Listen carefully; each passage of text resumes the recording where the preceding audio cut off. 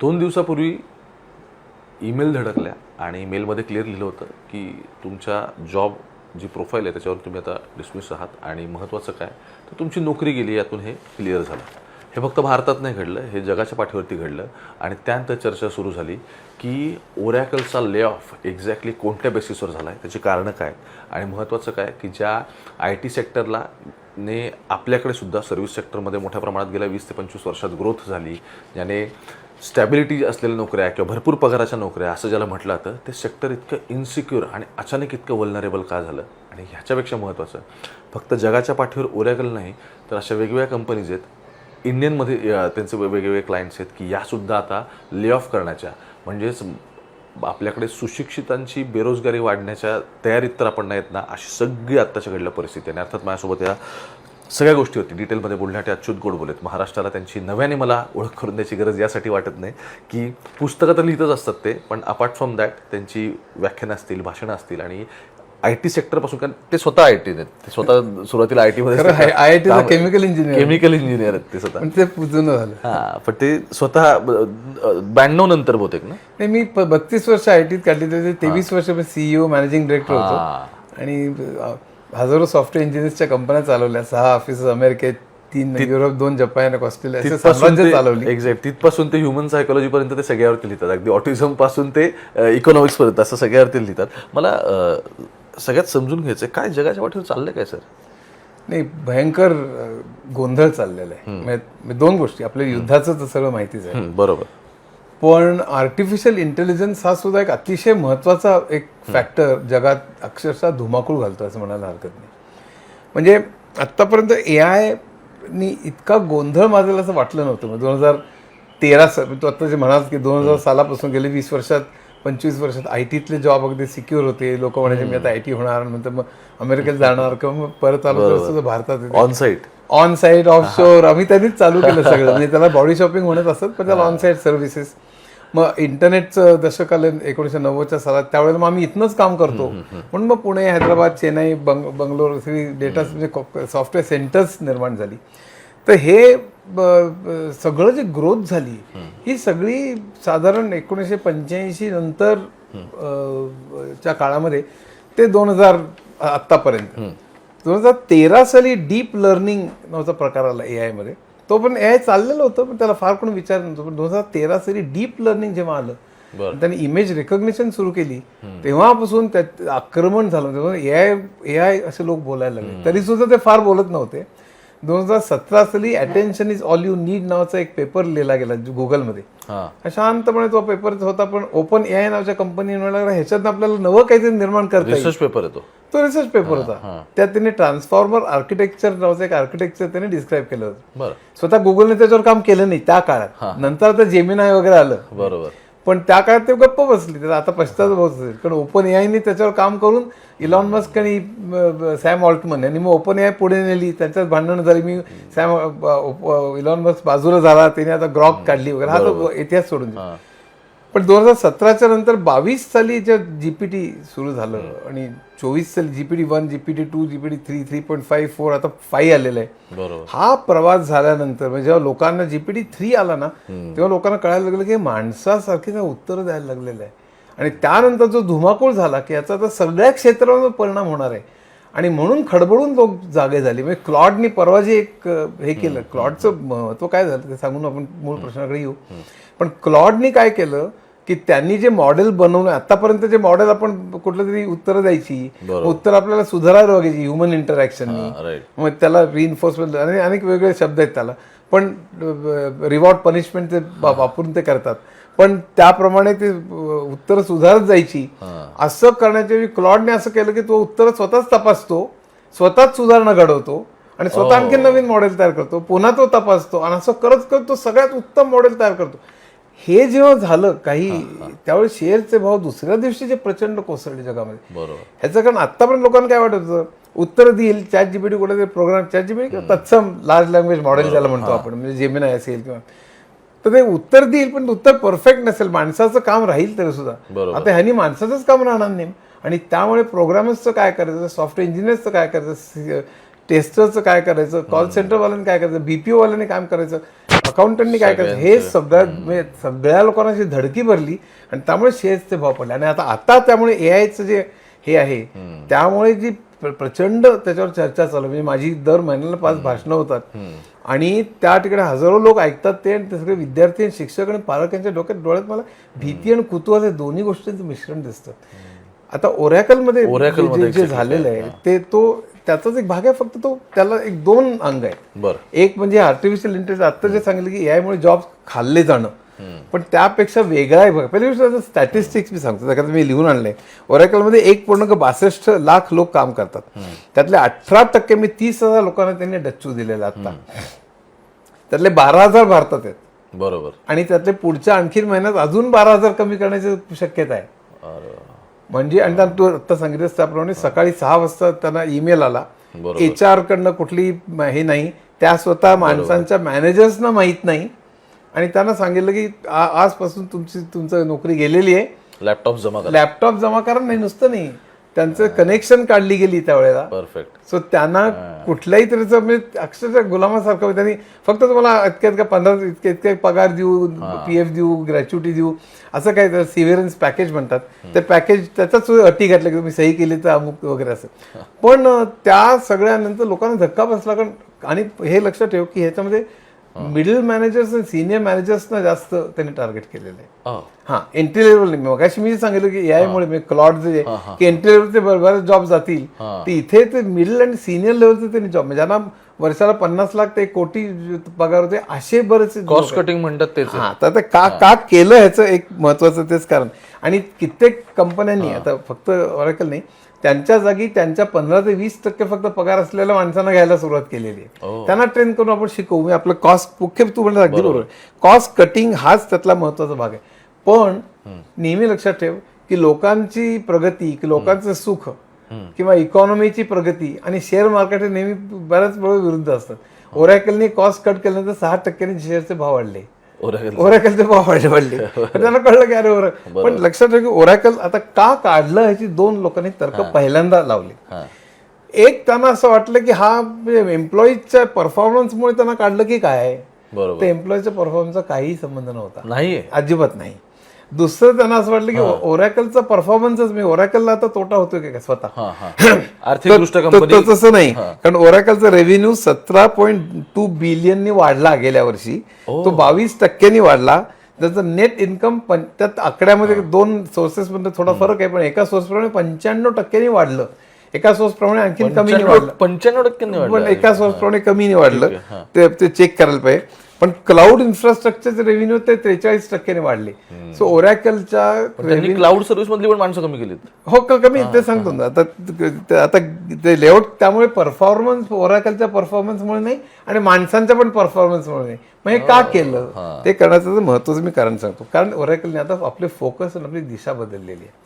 आतापर्यंत ओरॅकल काय करायचं की डेटाबेस मॅनेजमेंट किंवा ERP, ओरॅकलची ERP SAP ला टक्कर देणारी ओरॅकलची ERP होती. म्हणजे आम्ही भारतामध्ये नेहमी दोघांमध्ये तुलना करायचो, विकायचो, की सर्व्हिसेस प्रोव्हाइड करायचो. तर ओरॅकलची ERP सुद्धा खूप चांगली आहे. ओरॅकलचं सप्लाय चेनची सर्व्हिसेस आहे, ओरॅकलच्या अनेक वेगवेगळ्या सर्व्हिसेस आहेत, आणि स्वतः प्रत्यक्ष डेटाबेस ओरॅकलचा आहेच. तर या सगळ्या सर्व्हिसेस पर्यंत हे ओरॅकलचं बेसिक ब्रेड अँड बटर आतापर्यंत होतं. आता त्याने असं ठरवलं की डेटा सेंटर्स आणि क्लाउड सर्व्हिसेसमध्ये आपण आता जास्त गुंतवणूक करायची. त्यांनी ओपन AI बरोबर $300 बिलियन करार केला. 300 बिलियन. आता तो कशा करता केला, कारण आता हे जे लार्ज लँग्वेज मॉडेल जे असतं ते ट्रेन करायला, मी आतापर्यंत टेक्स्ट डेटा होता, म्हणजे सगळे इंटरनेटवरचा सगळा डेटा, वेब पेजेस, सगळ्या चॅट्स आणि सगळं, हा टेक्स्टचा डेटा होता. आता मल्टी मॉडल होत आहे ते, म्हणजे व्हॉइस नंतर ऑडिओ व्हिडिओ सगळं होतं. पण पूर्वी तो चॅट म्हणजे पण टेक्स्टचा डेटा होता. हा सगळा डेटा त्यांना एका, आता टेक्निकल म्हणजे मल्टी डायमेन्शनल व्हेक्टर स्पेसमध्ये त्यांना रिप्रेझेंट करायचं असतं. त्याला ते ट्रान्सफॉर्मर आर्किटेक्चरमध्ये, तर कारण ते कॉन्टेक्स्ट शोधणं वगैरे, तर टेक्निकल ह्याच्यात जायला नको. पण त्या प्रत्येक शब्दाची अशी रचना करायची त्या स्पेसमध्ये की जवळ ज्यांचे संबंधाचे शब्द जवळ ठेवायचे, उरले जे नाहीये त्यांचे दूर ठेवायचे. म्हणजे fish, fisherman, net, prawns, fry. तर काय फिश नंतर फ्राय येण्याची शक्यता जास्त आहे. म्हणून चॅट जीपीटी पुढचा शब्द शोधतो, शोधतो, तो शब्द पूर्ण इनपुट म्हणून घेतो, मग त्याच्या पुढचा शोधतो, असं करत करत सगळं वाक्य पूर्ण करतो, पॅराग्राफ पूर्ण करतो, असं सगळं. त्यामुळे त्या शब्दांची अशी रचना करण्याकरता प्रचंड मोठ्या प्रमाणावर प्रोसेसिंग लागतं. आपल्या लॅपटॉपमध्ये जो सीपीयू असतो तो कामी पडत नाही त्याकरता. म्हणून जीपीयू जो आहे, ग्राफिकल प्रोसेसिंग युनिट, कारण हे सगळं करायला मॅट्रिक्सचं मल्टिप्लिकेशन लागतं, म्हणजे वेट्सचं वगैरे, मी आता ते सांगत बसत नाही, पण ते जीपीयूज हे मॅट्रिक्स मल्टिप्लिकेशन करायला खूप कामी पडतात आणि पॅरलल ते एकाच वेळेला पॅरलली ते करू शकतात. म्हणजे जीपीयू एनव्हिडिया नावाची कंपनी तयार करते, त्यांनी 2000 ते 2010 किंवा 13 पर्यंत गेम्सची संख्या वाढत होती. जपानमध्ये, अमेरिकेत सगळे लोक गेम्सला, त्यामुळे गेम्सला जीपीयूज लागतात, कारण फास्ट तुम्हाला बरोबर चेक तुटक ग्राफिक्स पण चांगले द्यावं लागतं, ग्राफिक्स आणि तुटक चालत नाही. म्हणून त्याला जीपीयू झालं की गेम्सचं एकदम ते सलग दिसायला लागलं, गेम्स वाढले, तसे जीपीयूची डिमांड वाढली, एनव्हिडियाचे शेअर्स वाढले आणि एनव्हिडिया तोपर्यंत खुश होती. पण जेव्हा चॅट जीपीटी आलं तेव्हा ते ट्रेन करण्याकरता, मगाशी सांगलं स्पेसमध्ये सगळे शब्द मांडण्याकरता इतके म्हणजे हजारो जीपीयूज लागायला लागले, हजारो, म्हणजे अक्षरशः म्हणजे एका ह्याच्याप्रमाणे 10,000 जीपीयूज वगैरे. तर इतके प्रचंड डिमांड वाढली जीपीयूची, म्हणून एनव्हिडियाचे शेअर्स इतके मोठे झाले आणि एनव्हिडिया आज $4.5 to $5 ट्रिलियन कंपनी झालेली आहे. तर हे आणि म्हणूनच खरं अमेरिकेत हे घडलं. लोक नेहमी प्रश्न विचारतात अमेरिकेत का घडलं, भारतात का नाही. तर जीपीयूची मॅन्युफॅक्चरिंग एनव्हिडिया अमेरिकेतली होती आणि हा जो डेटा आहे जो ट्रेन करायला लागतो तो डेटा अमेरिकेच्या मालकीचा होता. गुगल कोणाची मालकी आहे, फेसबुक कोणाची मालकी आहे, आपली सगळं आपण टाईप करतो पण डेटावरती मालकी अमेरिकेची आहे, क्लायंट आपण त्याला पुरवतो. तर त्यामुळे ते तिथे सुरू झालं आणि त्यामुळे हे सगळं आता हे करण्याकरता ही जी इतक्या हजारो जीपीयूची जी रचना लागते त्याला डेटा सेंटर म्हणतात. आता ही डेटा यामध्ये जातात. नाही, ओरॅकल काय करताय आता, एनव्हिडिया आपला ओपन एआय करता त्यांना ट्रेन करण्याकरता ही डेटा सेंटर्स लागतात. ते डेटा सेंटर म्हणजे काय, जीपीयू म्हणजे काय, सगळं एक्सप्लेन करण्याकरता सांगितलं एवढं, पण तो खूप महत्वाचं आहे. ते डेटा सेंटर खूप लागतात. ते त्यातला एक फक्त असाईड म्हणून सांगतो, एक वाईट भाग असा की त्या डेटा सेंटर्समध्ये खूप हीट जनरेट होते, त्यामुळे क्लायमेटचा फार मोठा प्रश्न निर्माण होणार आहे. त्यामुळे त्याला खूप विरोध आहे लोकांचा. म्हणून अमेरिकासारख्या अनेक देश भारतासारख्या देशांमध्ये डेटा सेंटर्स काढतायत आणि आपण त्याला खूप प्रगती म्हणून ऍक्सेप्ट करतोय. नव्या मुंबईमध्ये चिकार डेटा सेंटर्स येत आहेत, चिक्कार, आणि आणखीन चेन्नईला कुठे का हैदराबाद म्हणून तर चेन्नईला येतात. ते हे भारताच्या दृष्टीने ते एम्प्लॉयमेंट फार जनरेट होईल असं नाही, पण भारताच्या क्लायमेटच्या दृष्टीने ते काही फार चांगलं नाही आहे. पण या डेटा सेंटर्स उभं करणं जे आहे ते ओरॅकल ओपन एआय करता करणार आहे आणि त्याकरता त्यांना $50 बिलियन ची गुंतवणूक करायची. 50 बिलियन. ओरॅकलवर आत्ताच 100 बिलियनचं कर्ज आहे, त्यात त्यांना 50 बिलियनचं आणखी इन्व्हेस्टमेंट म्हणजे 150 बिलियनचं त्यांच्यावर कर्ज होईल. आता कर्ज कसं फेडायचं, म्हणजे ओरॅकलची त्यामुळे त्याला क्रेडिट रेटिंग म्हणतात, ते जंक कॅटेगरीचं झालेलं आहे. म्हणजे त्याला कर्ज इतकं, तर आता मग फेडायचं कसं, म्हणजे पैसे उभे कसे करायचे, म्हणून हे सगळं केलं. आता जे 18% ओरॅकलने कमी केले, 30,000 लोक, त्यातनं 8 बिलियन का काहीतरी वाचतील. बरं, आणखीन जर असे पुन्हा काढले तर आणखीन वाढतात, कारण समावत 50 बिलियन हे करायचे. तर त्याकरता हे सगळं आणखी म्हणजे आपल्याला हे दिसतं कॉस्ट कटिंग हा त्यातला मूळ इश्यू दिसतोय की त्यांना ती कॉस्ट दुसरीकडे कुठे इन्व्हेस्ट करायची किंवा त्यांच्या लायबिलिटीज त्यातून क्लिअर करायच्या. आणखी तुम्हाला या सगळ्यामध्ये कारण काय दिसतात, त्याचं कारण हे फक्त ओरॅकल पुरते मर्यादित नाही. जगाच्या पाठीवरती मोठ्या आयटी कंपन्या आहेत ज्याचे इंडियामध्ये पण इन्व्हेस्ट आहेत. आपण त्याचे क्लायंट असू किंवा आपण त्यांच्यासाठी वर्कफोर्स म्हणून काम करत असू, ते सुद्धा ह्या सगळ्या गोष्टींच्या पाईपलाईनमध्ये आहेत ना. आता मी तुला त्याचं स्टॅटिस्टिक्स फक्त सांगतो. अमेझॉननी 12,000 लोक 17,000 लोक कमी केले, इंटेलने 22,000 लोक कमी केले, मेटाने 1,500, मायक्रोसॉफ्टने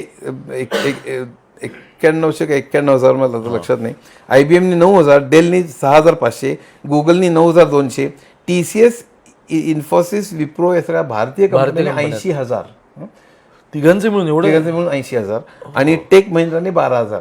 म्हणजे एकंदरीत हा, आणि आता ओरॅकलचे आणखी नाही 12,000 घेतले तर, म्हणजे एकंदरीत तो सांगतो की त्याचा आकडा असा आहे की IT आणि IT रिलेटेड जे लोक आहेत त्याला 2.45 लाख, साधारण 2.5 लाख लोकांना त्याचा फटका बसलेला आहे. आणि या प्रत्येकाची इन्कम बघा आणि काय, तर सगळे लगेच ताबडतोब बेकारच नाही, पण मग कमी पगारावर कोणीतरी नोकऱ्या कर किंवा आणखी इतर काही इन्कम हे कर. लकीली काय आहे की आता ओरॅकल ज्या लोकांना काढले ते भरपूर पगाराच्या लोकांना काढले, सगळ्याच नाही पण त्यातले. महत्वाचं असं आहे की जो भरपूर पगाराच्या लोकांना काढला असेल तर IT सेक्टर मधल्या दुसऱ्या कंपन्या त्यांना अकोमोडेट करून घ्यायला प्रॉब्लेम येणार आहे, भयंकर प्रॉब्लेम येणार. कारण हा जो म्हणजे आता प्रत्येक इतर कंपन्या फक्त डेटा सेंटर करता इन्व्हेस्ट करण्याकरता म्हणून पैसा जमा करण्याकरता त्याचा जो स्किल सेट असेल त्या स्किल सेटचा त्याला स्पेसिफिक जॉब मिळणं, त्या जॉबवर परत आहे तो पगार जाते त्याला लोक घेणं, हे खूपच म्हणजे कॉम्प्लेक्स अवघड पद्धत आहे खूप जात त्याच्याकडे. आणि एक काही 5-10% झाले ऍब्सॉर्ब केले जातील. सो तुम्हाला असं वाटतं की आत्ता जी काही सही कारण आहेत हे तुम्ही मला देताय की हेच जर कंटिन्यू राहिलं पुढचे 4 ते 5 वर्ष तर IT सेक्टरमधली जी स्टॅबिलिटी आधी म्हटली यायची ती ऑटोमॅटिकली सगळ्यातून कमी होती. दुसरं IT सेक्टरमध्ये बेरोजगारांची संख्या वाढली असं मला वाटतं सगळं. अगदी प्रश्न मला तर ते दिसतंय. आणि काय की गुढी गुढी बोलणं की नाही, जेवढे जॉब जातील तेवढेच निर्माण होतील, काही घाबरू नका, फक्त असलं काही नाहीये. याच्यापेक्षा मोठं काहीतरी मिळालं असेल. आता काही खोटं खोटं बोलण्यात काही अर्थ नाही. लोकांना हे करणं एक नक्की एक अर्थात सगळेच जण बेकार होतील लोक असं काही नाही. इलॉन मस्क म्हणतो की पुढच्या काही वर्षात लोक काम करायचं म्हणजे गंमत म्हणून एन्जॉयमेंट म्हणून फक्त काम करतील, इतकं काही मला वाटत नाही लगेच पुढच्या वर्षात. पण एक 10-20 वर्षात मेजर चेंजेस होणार आणि त्याचे पुढच्या 4-5 वर्षातच म्हणजे त्याची पायाभरणी सुरू झाली. अगदी प्रश्नच नाही. म्हणजे हे पूर्वी कसं व्हायचं की एका पिढीमध्ये व्हायचं, 20-30 वर्षात एक चेंज झाला, मग पुढचा चेंज, मग पुढचा चेंज. आता ते 5 वर्षात 10 वर्षात म्हणजे कारण झपाट्याने बदलतो ना का आता स्पीड त्याच्यामध्ये मॅटर करतो. गुगल विचारलं की जेफ्री हिंटनला विचारलं ज्यांनी डीप लर्निंगचं हे काढला म्हणजे बॅक प्रॉपगेशनचा अल्गोरिदम आणि त्याला नोबेल प्राइज मिळालं 2 वर्षापूर्वी. त्याला विचारलं की इलॉन मस्कला विचारलं की कोणाला विचारलं तर 5 वर्षात पुढे काय होणार, म्हणजे 5 वर्ष काय मला 1 वर्षाचं सांगता येत नाही. दर आठवड्याला गोष्टी बदलत आहेत. मग हे इतकं जे काही सगळं अनप्रेडिक्टेबल आणि अनसर्टन चित्र झालंय, मला म्हणायचं की इंडियन IT सेक्टरला पुढच्या 5 वर्षात आपण कुठे बघायचं या सगळ्यामुळे. नाही, एक वाईट काय भाग आहे की आपण आतापर्यंत प्रॉडक्ट केलेलं नाहीये. त्या प्रॉडक्टच्या होती बऱ्याच सर्व्हिसेस आणि इथं बरंच आता ओपन आहे. तर ChatGPT म्हणलं की जागतिक लेवलवरती जातं. बरोबर. किंवा मायक्रोसॉफ्ट विंडोज म्हणलं की ते जागतिक लेवलवरती जातं, किंवा ओरॅकल किंवा SAP म्हणलं की ते जागतिक लेवलवरती जातं. किंवा असं जे सगळं आहे ना, हे असे प्रॉडक्ट्स असले आपण IT सुपर पॉवर म्हणतो, पण एकही प्रॉडक्ट आपण काही बनवलं नाही. बँकेच्या बाबतीत थोडे 1-2 प्रॉडक्ट आहेत, पण काही खास नाही. असं जगावर राज्य करू आपण की त्याचा अभिमान वाटावा असं काही नाही. हे मला फार वाईट वाटतं. एक कबूल आहे की प्रॉडक्ट करायला त्रास होतो, मी त्यातनं गेलेलो आहे, मला माहिती आहे. कारण प्रॉडक्टला इन्व्हेस्टमेंट खूप लागते, त्याला जेस्टेशन पिरियड खूप लागतं, R&D वगैरे पण R&D लागते, जेस्टेशन पिरियड लागतं. मग इतकं बोलणं तर सोपं नाही. म्हणजे पहिल्या काळात जेव्हा ऑन साईट सर्व्हिसेस होत्या 80s मध्ये किंवा 90s मध्ये ऑफशोअर सुरू झालं, त्या काळात सुद्धा मी म्हणेन की अवघड होतं. म्हणजे पण 2000च्या नंतर जेव्हा आपल्या कंपन्या $multi-billion जेव्हा झाल्या, म्हणजे मार्केट कॅप वगैरे, बरोबर, तेव्हा त्यांनी नक्कीच प्रॉडक्टकडे लक्ष द्यायला पाहिजे होतं असं मला. आपण नेहमी तुम्ही सांगा आम्ही करतो असंच ठेवलं. पण माझं असं म्हणणं आहे की आत्ताची जगाच्या पाठीवरती अमेरिकेने आणि इस्रायलने घेतलेलं स्टँड या सगळ्यावरून की आम्ही शांततेसाठी युद्ध करतोय, हे जे काही म्हणजे हे जे काही सगळं आहे, तर मुद्दा असा आहे की त्याच्यामुळे जे काही सगळे अनसर्टनिटी तयार झाली त्याचा परिणाम सुद्धा IT वर तुम्हाला दिसतोय. नाही, त्याचा परिणाम होईल IT वर, त्याच्यावर मुख्य इकॉनॉमीवरतीच होईल. कारण पहिली गोष्ट मिडल ईस्ट मध्ये शेअर मार्केट पण रेमिटन्सेस जे मिडल ईस्ट कडे यायचे, आपले जे टोटल रेमिटन्सेस 38% हे बरोबर मिडल ईस्ट कडनं आहेत. आणि आपला फॉरेन एक्सचेंज रिझर्व्ह जो आहे, म्हणजे रुपया स्टॅबिलाइज होण्याचं एक महत्वाचं कारण तिकडनं रेमिटन्सेस येत होते. बरोबर. म्हणजे आणखीन जे त्याला अनेक कारण आहेत, आपण त्यात इकॉनॉमिक्स मध्ये शिरायला नको, पण आपले FDI आणि FII सुद्धा आता पळ काढतात आपल्याकडनं. म्हणजे आपला काय सगळी ट्रेड डेफिसिट आपलं निगेटिव्ह आहे, म्हणजे आपलं इम्पोर्ट जास्त आहेत एक्सपोर्ट. बरोबर. त्यामुळे इम्पोर्ट जास्त असतील तर आपल्याला ते करण्याकरता डॉलर खर्च करावा लागतो, आणि एक्सपोर्ट केले की डॉलर मिळतात, आणि त्यामुळे डॉलर खर्च जास्त करावा लागल्यामुळे तुम्हाला डॉलर विकत घ्यावं लागतं. त्यामुळे डॉलरची डिमांड वाढते, म्हणून डॉलरचा रेट जास्त होतो, म्हणजे रुपयाचा खाली होतो इम्पोर्ट जास्त असल्यामुळे. पण आतापर्यंत काय व्हायचं की FII आणि FDI म्हणजे बाहेरनं जे शेअर मार्केटमध्ये गुंतवतात त्याला FII म्हणतात, आणि FDI म्हणजे भारतात कारखाने काढून जे काही होतात त्याला डायरेक्ट इन्व्हेस्टमेंट. या दोघांमुळे पैसे येत होते, प्लस रेमिटन्सेस येत होते दुबई आणि इतर ठिकाणाहून. या सगळ्यामुळे पुन्हा डॉलर्स आपल्याला मिळत होते, आणि त्यामुळे थोडंफार ते टिकून होतं व्यवस्थित. आता इम्पोर्ट वाढले, तेलाचे भाव सुद्धा वाढलेले आहेत, आणि तेलाचे भाव वाढल्यामुळे म्हणजे तेलाचे भाव दरवेळेला $10 जर का वाढले तर आपलं GDP 0.5% कमी होतो, इतकं गणित आहे त्याचं. तर इम्पोर्ट जर वाढतील तेलाचा भाव वाढल्यामुळे, एक्सपोर्ट काही भयंकर वाढत नाही आहेत, आणि रेमिटन्सेस कमी होत आहेत, FII आणि FDI सो पळ काढत आहेत, त्यामुळे डॉलर रुपये आणखीन घसरण्याची बरीच शक्यता आहे. एक शेवटचं याच्यामध्ये मला असं म्हणणं की आता येणाऱ्या काळात जरी म्हणजे आत्ताच इतक्या सगळ्यामध्ये सुरू झालं असेल IT सेक्टरमध्ये की नोकऱ्या जात आहेत किंवा आहेत त्यांच्यावरती पण स्टॅबिलिटी नाही असं त्यांना दिसतंय, किंवा कमी पगारात काम करण्याची त्यांच्यावरती वेळ आली, पुढचे 10 वर्ष आपण कशी बघायची या सगळ्यामध्ये आय टी सेक्टरवर एस्पेशली? नाही, IT सेक्टर आता काय झालं मगाशी सांगितलं तसं आपण अनफॉर्च्युनेटली तुम्ही सांगा आम्ही करतो असं सगळं केल्यामुळे बरंच असं काही नाही सगळ्याच कंपन्यांनी केलं. त्याला मुव्हिंग अप द लॅडर त्याला म्हणतात, moving up the value chain. काही कंपन्यांनी केलेलं आहे, इन्फोसिस, TCS, विप्रो, त्याला काही वरचा थरा. पण आपण मेजर जे काही प्रॉडक्टाईज सर्व्हिसेस किंवा प्रॉडक्टमध्ये आपण खूप मेजर करायला पाहिजे होतं तसं न करता फक्त सर्व्हिसेसमध्ये आपण राहिलो. त्यातल्या कित्येक आता ऑटोमेट जे होत आहेत. काय असतं की पुढच्या 10 वर्षात एक चांगली बाब अशी की AI मुळे सगळंच काही रिप्लेस होणार नाही, पण AIचा वापर करून इंडस्ट्रीजमध्ये जसं SAP आणि ओरॅकलचा वापर करून रिटेलमध्ये, त्याचा वापर करून मॅन्युफॅक्चरिंगमध्ये, वापर करून बँकिंगमध्ये असं जे झालं तसं आता AIचा वापर बँकिंगमध्ये, AIचा इन्शुरन्समध्ये, AIचा रिटेलमध्ये, AIचा सप्लाय चेनमध्ये, AIचा मॅन्युफॅक्चर असं सगळं करून ते ऑटोमेशन जास्तीत जास्त होत जाईल. आणि त्यामुळे तिथे काम करणारे जे कामगार मॅनेजर्स तिथले त्यांचं हे होईल. पण कालांतराने जेव्हा हे जे प्रोग्रामर्स किंवा हे जे प्रोजेक्ट मॅनेजर्स किंवा डिझायनर्स जे आहेत जे AIचा वापर करून त्याचं एफिशियन्सी वाढवत आहेत त्यांचेही जॉब नंतर कालांतराने हे होतील. पण त्याला 10 वर्ष, त्याला 1 वर्ष मला माझ्या मते पुढच्या बफरिंग टाइम आणखी पुढच्या 5-10 वर्षात AI इम्प्लिमेंटेशनचा काळ आहे की AIचा वापर करून आपण इतर सगळ्या सर्व्हिसेस कशा सुधारू. म्हणजे सगळे जॉब ताबडतोब काही जाणार नाही. पण ते एकदा झालं मग ते करत असताना इतके अकाउंटंट होते त्याच्या विषयात AIचा वापर करून आम्ही हे करतो म्हटलं अकाउंटंटचे जॉब जाणार. AIचा वापर करून लिगल सर्व्हिसेस वाढवतो म्हटलं की केलं. असं करत जे डोमेन मधले लोक आहेत त्यांचे जॉब हळूहळू कमी होत जातील. कालांतराने हे जे सॉफ्टवेअरची मंडळी आहे ते पण AI ऑटोमेट करते, जसं मी आता क्लॉडचं सांगितलं. आणि त्यामुळे 10 वर्षानंतर काय होईल खरंच सांगणं मला मी बघूच आपलं मी काहीतरी सांगणं की असंच होईल तसं होईल वगैरे. पण अनिश्चिततेचा काळ आहे. मी युद्ध आणि AI या दोघांमुळे अतिशय अनिश्चिततेचा काळ आहे एवढं मात्र. थँक्यू सो मच बोलल्याबद्दल. कसं आहे तुम्ही किती असं म्हणाला की एकच फक्त सांगतो नंतर बोला ना. AIची भीती एवढी आहे की चेन्नईमध्ये युनाईट नावाची युनियन तयार झालेली आहे. बरं. आयटीच्या लोकांची लोकांची हो. आता उद्या 10 वर्षांत 5 वर्षांनी मिरवणुका कामगारांची निघायच्या गिरणी कामगार मिरवणुका निघतील की काय अशी आता युनाईट आहे चालू झालेली आहे. हे मला सांगायचं. आणि दुसरा मुद्दा असं की एकच फक्त सांगेन की स्वतःला सातत्याने बदलत राहणं, नवीन शिकत राहणं, टेक्नॉलॉजी अडॉप्ट करणं, स्किल सेट डेव्हलप करणं, हेच आपल्या उद्याचं मंत्र राहील. 2 गोष्टी. तुमचा मंत्र जर हा असेल की एक हे तो सेफ आहे तर तुम्ही धोक्यात आहात. त्याचं कारणच आहे की हे नरेटिव्ह वाईज आणि बोलण्याला किती चांगलं वाटत असलं आपल्याला सगळ्यांना तरी सुद्धा मुद्दा असा आहे ज्यावेळी तुमच्या म्हणजे मंथ एंड येते ना तेव्हा खिशाला झळ बसते. मग त्यावेळी रुपया, डॉलर अशा वेगवेगळ्या गोष्टी आपल्याला आठवू लागतात. आणि ते यासाठी की मायक्रो लेवलला एक सिंग्युलर व्यक्ती असेल किंवा मॅक्रो लेवलला एक मोठी देशाची इकॉनॉमी असेल, मूळ मुद्दा असा आहे की पैशाचं सोंग आणता येत नाही. आत्ता आपल्या देशाच्या अर्थव्यवस्थेचं तेच झालं आहे. महाराष्ट्राचं काय फार काही वेगळं झालेलं नाही आहे. ज्या पद्धतीने योजना राबवल्या जातात ते कशासाठी त्या किती लाडक्या करण्यात आलेल्या आहेत आपल्याला सगळं माहिती आहे. पण या सगळ्यातूनचा जो डिफिसिट आहे भरून काढायचा किंवा जे आता ह्या सगळ्यातलं जे फिस्कल डिफिसिट पण आपलं महत्त्वाचं आहे कारण आपण ऑलरेडी आपण मायनसमध्ये अर्थसंकल्प पण मांडतो.